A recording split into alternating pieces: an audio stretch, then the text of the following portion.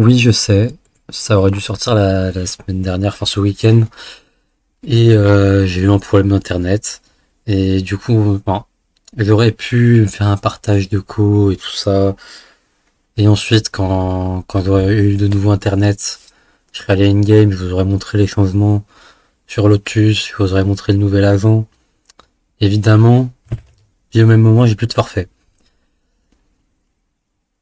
Bref. Donc les Masters Santiago, on va commencer par les soucis Sage, parce que j'ai envie de faire région par région. Alors, déjà, sur les quatre régions VCT de Valo, il y a l'IMIA, la Chine, Pacifique et l'Amérique. Donc notre région, vous le savez, c'est l'IMIA, tout ça. Enfin bon, là, je vous apprends rien. Vous voulez juste faire région par région et commencer par une sorte de classement. Là, déjà, on peut le voir, les deux pires équipes du tournoi, déjà, c'est la Chine. Alors autant que Zilai, c'est la plupart des joueurs en fait on peut pas dire que qu'ils ont aucune expérience parce que Rarga, Happyway, Noman, eux ils ont été à l'international l'année dernière, ils ont de l'expérience. Lizoar, il a été chez Wally Sport, ouais c'est ça. Il a d'expérience aussi et Léo, non Léo lui c'est son premier événement international. Non, tout ça pour dire que moi je pense que c'est une équipe qui performe en Chine mais qui à l'international n'est pas forcément très forte. Et encore l'année dernière, alors dites-vous qu'elle avait fait une seule victoire à l'international l'année dernière. La seule victoire c'est aux Champions. Si vous voulez, on regarde ici, c'est contre Sentinels. Et hop, c'est cela. Sentinels 2-1. Et c'était la seule équipe chinoise à avoir fait une victoire dans le tournoi. Alors le roster a un peu changé depuis, mais voilà, c'est quand même pour vous dire à quel point le niveau de la Chine fait peur. Mais alors, j'ai peur pour eux, surtout pas pour les autres régions. DG, eux, ils sont bien loin de leur prime 2024, ou 2024. Et bon, le coaching staff, c'est pas le même.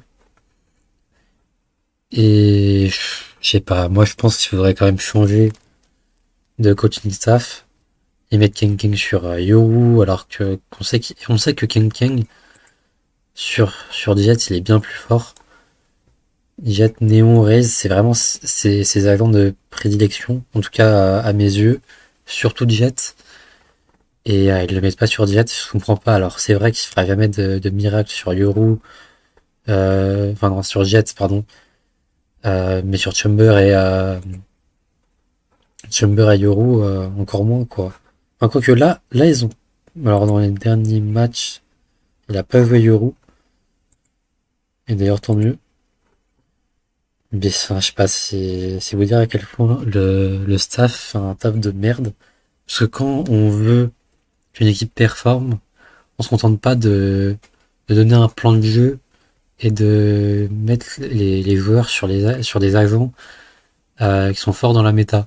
Il faut aussi que les joueurs soient à l'aise sur l'agent avec lequel ils jouent. Et Kang on sait qu'il est pas à l'aise sur Yoru. Ensuite, alors All Gamer, là c'est au playoff. Alors All Gamer, ils avaient un peu la pression de se dire que c'était la dernière équipe chinoise restante. Et du coup, ils ont réussi à mettre 2-1 à Mate. Mate qui avait perdu contre Nongshim Red Force. Je pense que Mate en même temps s'en est voulu. Parce que Nongshim Red Force, je sais que c'est une équipe qu'ils connaissent. Et ça, je sais parce que ils ont fait beaucoup de prac contre eux. Et donc, c'est la première fois que les deux équipes s'affrontaient, que ce soit à l'international ou en général. Et je pense qu'ils s'en sont voulus pour ça.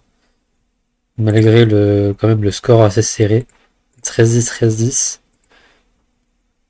Et au final, ils perdent contre le Gamers, qui eux devaient avoir la pression de se dire qu'ils étaient à la dernière équipe chinoise restante.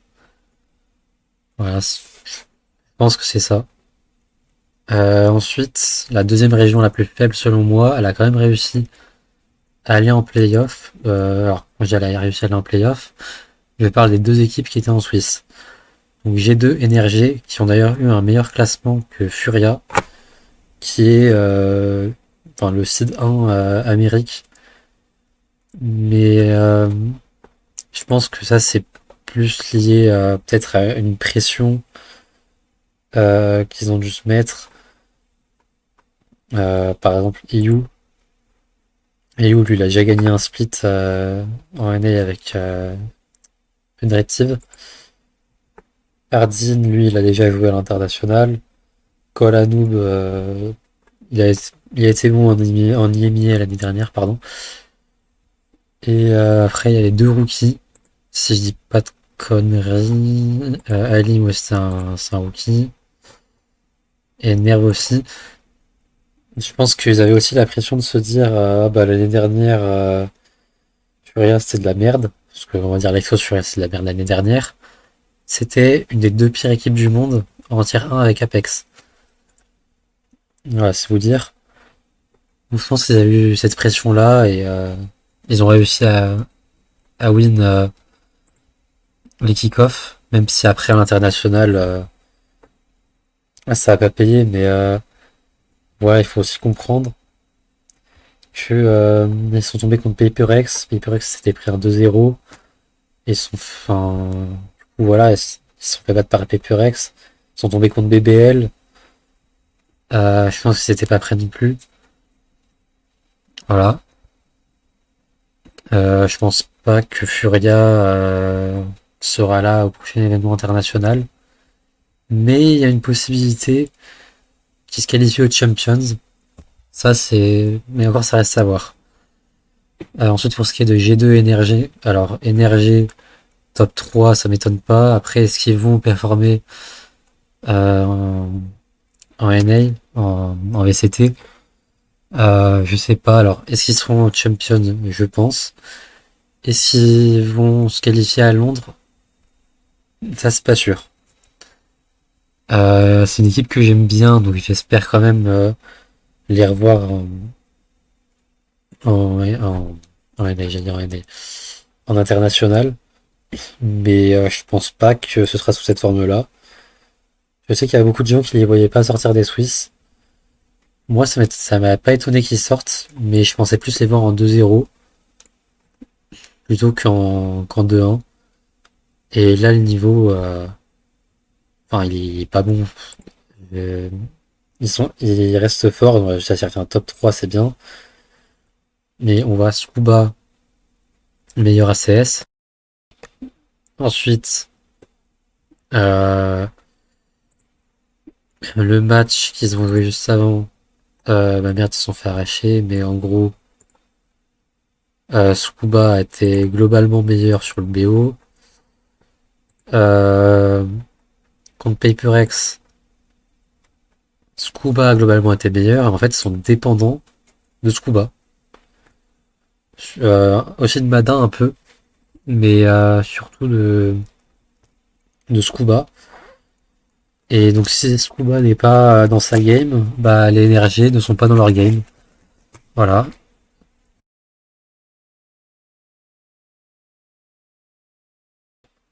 Ensuite, pardon, excusez-moi pour ce blanc. G2. Bah G2, il passe en 2-1. À deux doigts quand même de. Alors pas de perdre contre T1, mais de partir en decider contre T1. Même si enfin, le niveau qu'a proposé T1 était quand même pas très bon.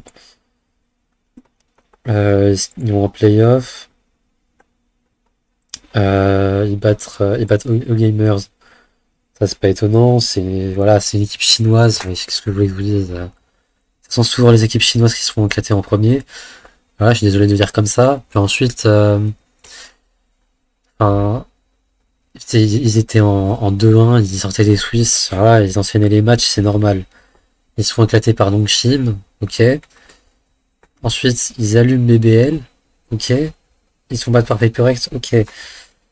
Mais moi, je me souviens, je vois plein de youtubeurs qui sont là en train de dire ouais, G2, tier S, moi je pense qu'ils vont gagner les Masters.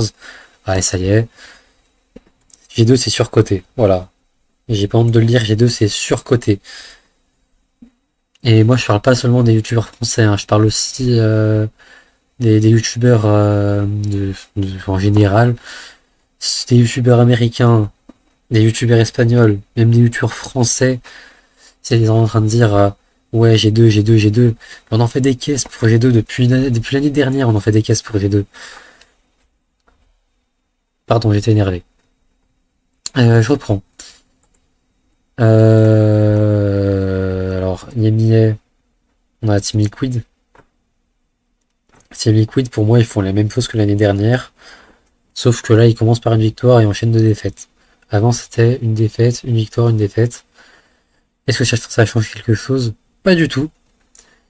Est-ce que ils vont se qualifier à un prochain événement international? Bah, j'espère pas, mais je pense que oui. Et en fait, je sais pas. Alors déjà, Nat, c'est pas le problème dans le roster. Ça c'est sûr. Euh, Là, alors Miniboo non plus, je pense pas parce qu'il était bon. Il était bon chez Team Heretics. Par contre, Camo, je pense pas que ce soit très très bon. En tout cas, pas à l'international. Donc, alors, c'est un bon joueur, mais est-ce que c'était le profil à garder par rapport à l'année dernière? C'est pas sûr. Et Purpo, Wayne, bon, globalement, ils étaient pas trop mauvais. Je vais quand même regarder, pas dire de conneries. Oh, Wayne était bon dans son match, enfin dans ses matchs en général. Alors quand je dis il était bon, c'est-à-dire qu'il était meilleur globalement que les autres, hein. Voilà, 13-4, 13-4, je vois. Voilà. Et je vois pas comment on peut être bon sur un 13-4. Et contre M8, ouais, enfin Purpo c'est moyen, Wayne ça va, un peu régulier je dirais. Mais bon, de toute façon, leur prochain événement international, en fait, on sait qu'ils vont. J'arrive même plus à parler. Je sais qu'ils vont finir, allez, bah. Alors ça dépend lequel c'est, hein, mais si c'est Master, ce sera 9-10 comme ici. Et puis voilà. Ensuite, leur Gentlemates. Euh, du coup, on sait qu'ils ont battu Liquid. Et on sait qu'ils ont battu EDG. EDG, vu la forme actuelle et tout ça, bah ça m'étonne pas. Liquid, ça m'étonne pas. Et après, ils sont tombés contre un vrai adversaire, Nongshim. Nongshim, qui a gagné les Masters, qui va revenir après. Et au final, bon, bah, ils, ils tombent et ils se font abattre par All Gamers. Et j'ai l'impression de voir une Vitality 2.0 se dessiner. Donc, est-ce qu'ils vont performer par la suite en EMEA? Alors, moi, j'espère que oui, mais c'est pas sûr. Et d'ailleurs, c'est même pas sûr non plus pour BBL. BBL, ils ont fait un peu un parcours à la Liquid, sauf que là, ils étaient en playoff. Alors, autant ils perdent contre Energy, qui sort des Swiss Stage, voilà, ça m'étonne pas. Après, bon, ils sont quand même. Bon, non, ils sont bien battus encore. Ah, je pense qu'ils ont dû s'en vouloir par rapport à ça. Et ça a dû jouer sur leur confiance pendant le tournoi. Mais alors, encore le 13-6, 13-6. C'est bon signe pour les deux équipes en tout cas. En tout cas, ça l'a été sur le match. Après, ils gagnent contre Furia, mais bon, Furia, c'était. Alors, pas l'équipe la plus faible du tournoi, mais peut-être parmi les Seed One, c'est possiblement l'équipe la plus faible. Et après, bon, ils sont tombés contre G2. C'est dommage. Mais j'ai peur de Jinx en disant ça, mais je pense pas que M8 et BBL s'en sortiront en NBA.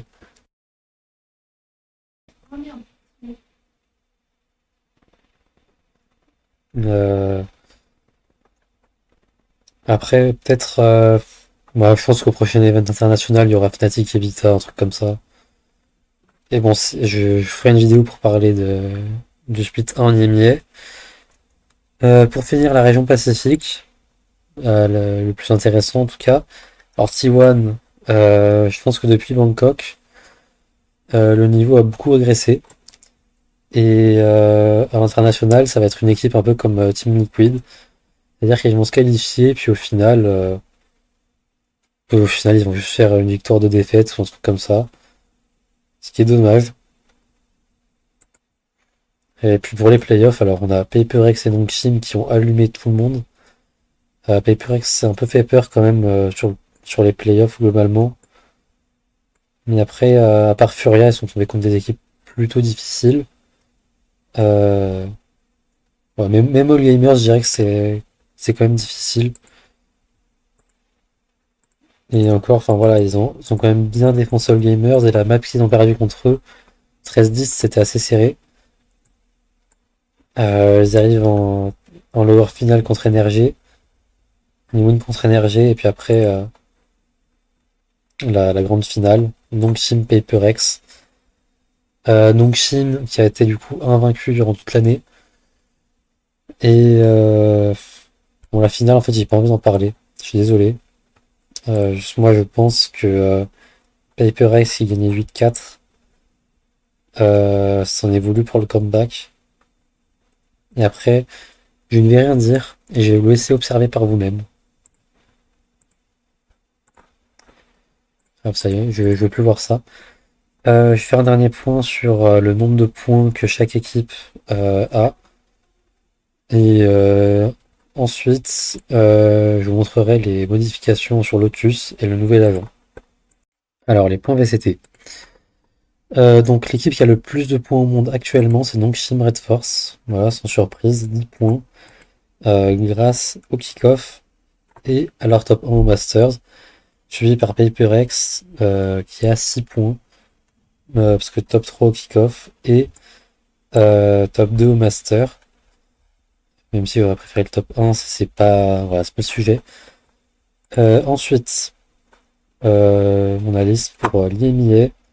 Alors, voilà, on voit ici Eternal Fire euh, qui vont être en IMIA. Alors, ils ont toujours 0 points, mais ils prennent le slot de ELF. Voilà, c'est une petite parenthèse. Ils ont 0 points, donc c'est pas important. Et je vais revenir après.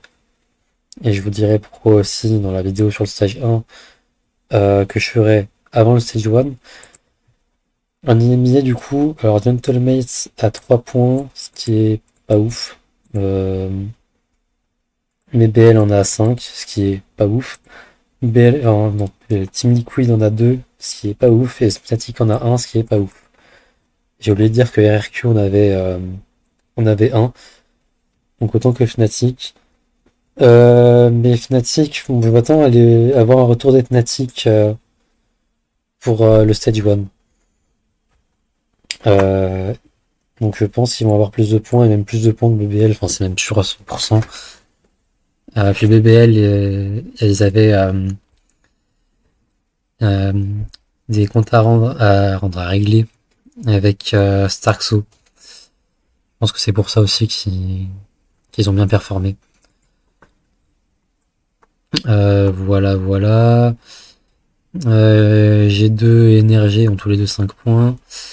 Furia 4 et Miver 1. All Gamers en a 5, XLG 3, EDG 2 et BLG 1. Là maintenant c'est encore trop tôt pour dire que les équipes vont aller aux Champions. Mais bon, s'il y a bien deux équipes qu'on voit là maintenant aller aux Champions, c'est bien Nongshim et PaperX.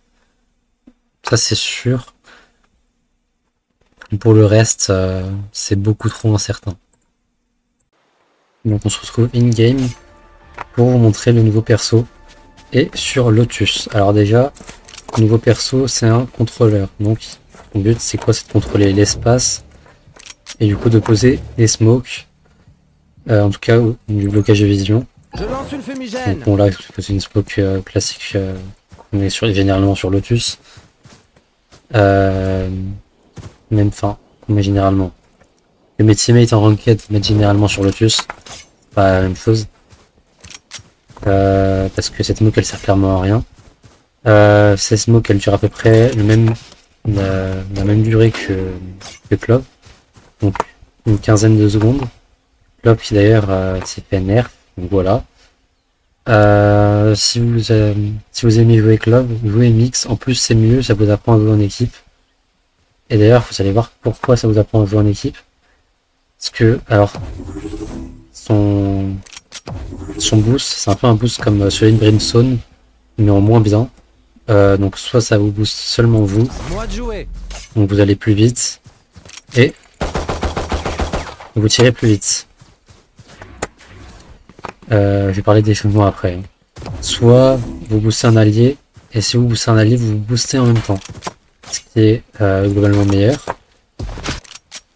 Après, le boost de Brimstone booste tout le monde, et vous gagnez des assists comme ça. Donc, et je vois pas pourquoi avoir créé une compétence à mi-chemin entre le boost de Clove, je me souviens plus du nom de la compétence, et le Simbicon de Brimstone. Je pense que je sais pas, il fallait peut-être faire un truc qui globalement booste l'équipe, parce que là du coup ça apporte rien de vraiment incroyable. Et ensuite on a un stun et un heal. Alors, on va commencer par le stun.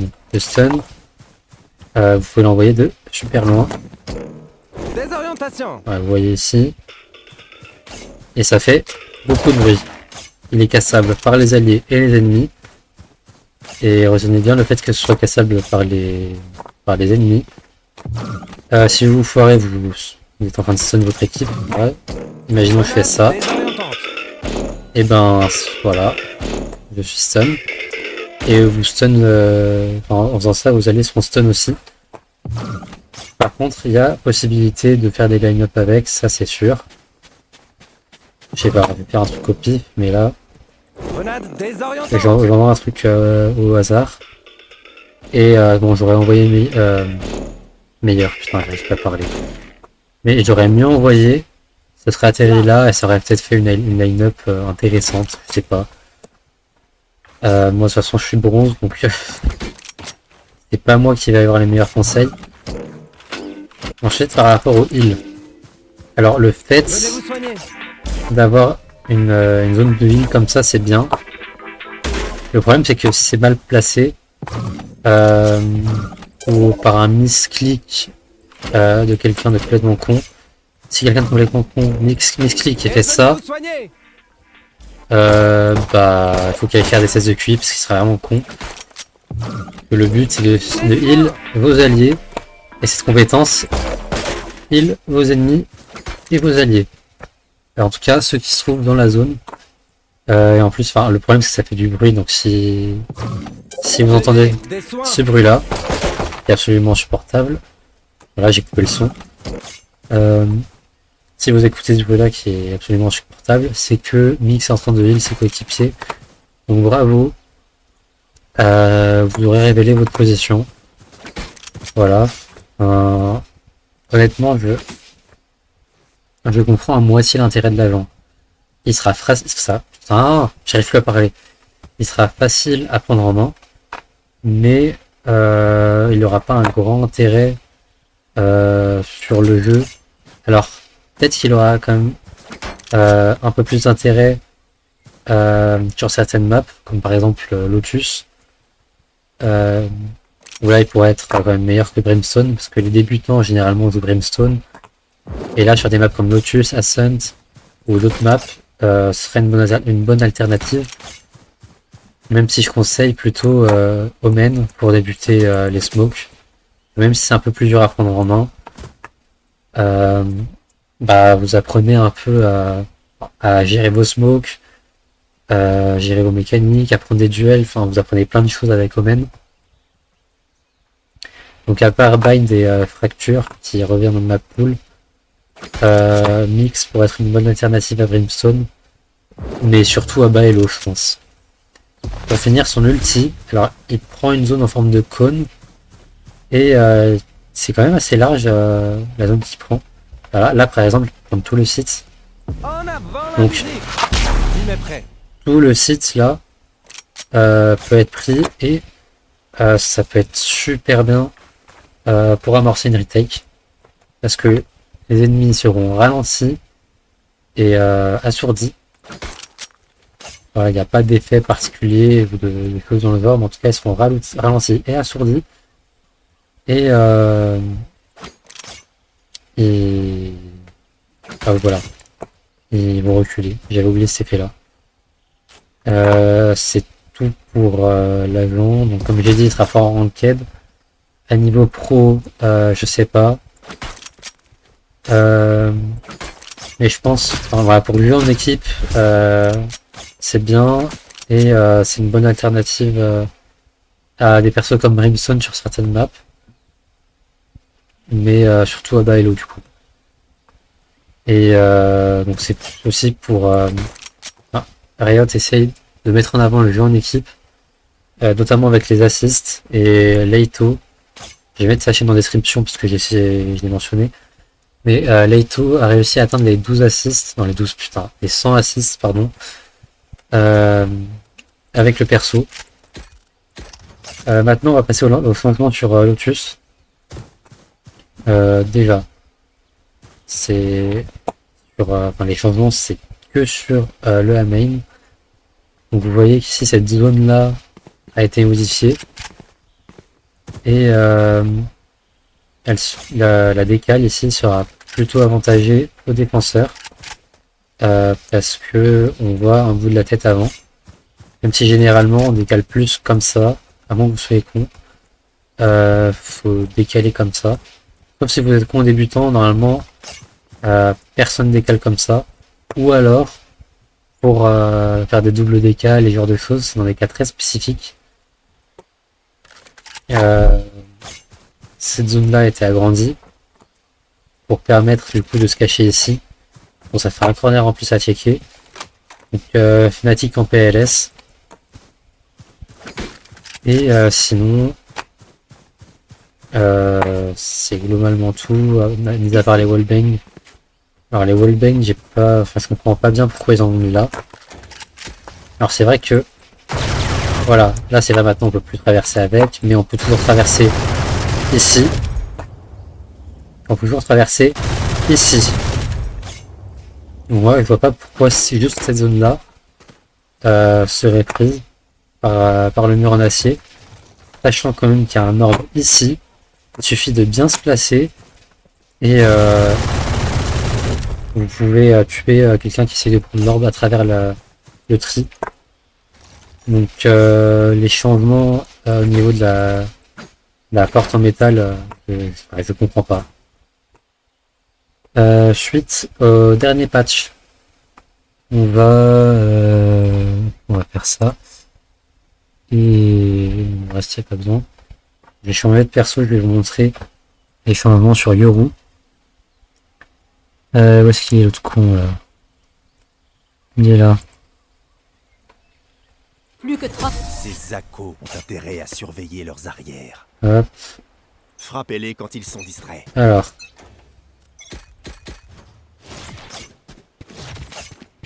Déjà, les TP ne font plus 30 secondes, mais 15 secondes. À part ça, il n'y a rien qui change. Ensuite, maintenant, il n'y a plus qu'une seule flash. Et c'est tout. Alors, c'est une bonne chose de voir moins de Yoru. Parce que là, il en a l'air bien sévère. Et donc, de voir autre chose que cette méta double dueliste de merde. Où en fait, on voit que du double dueliste, double contrôleur. On voit tout le temps la même chose. Et au bout d'un moment, il y en a marre.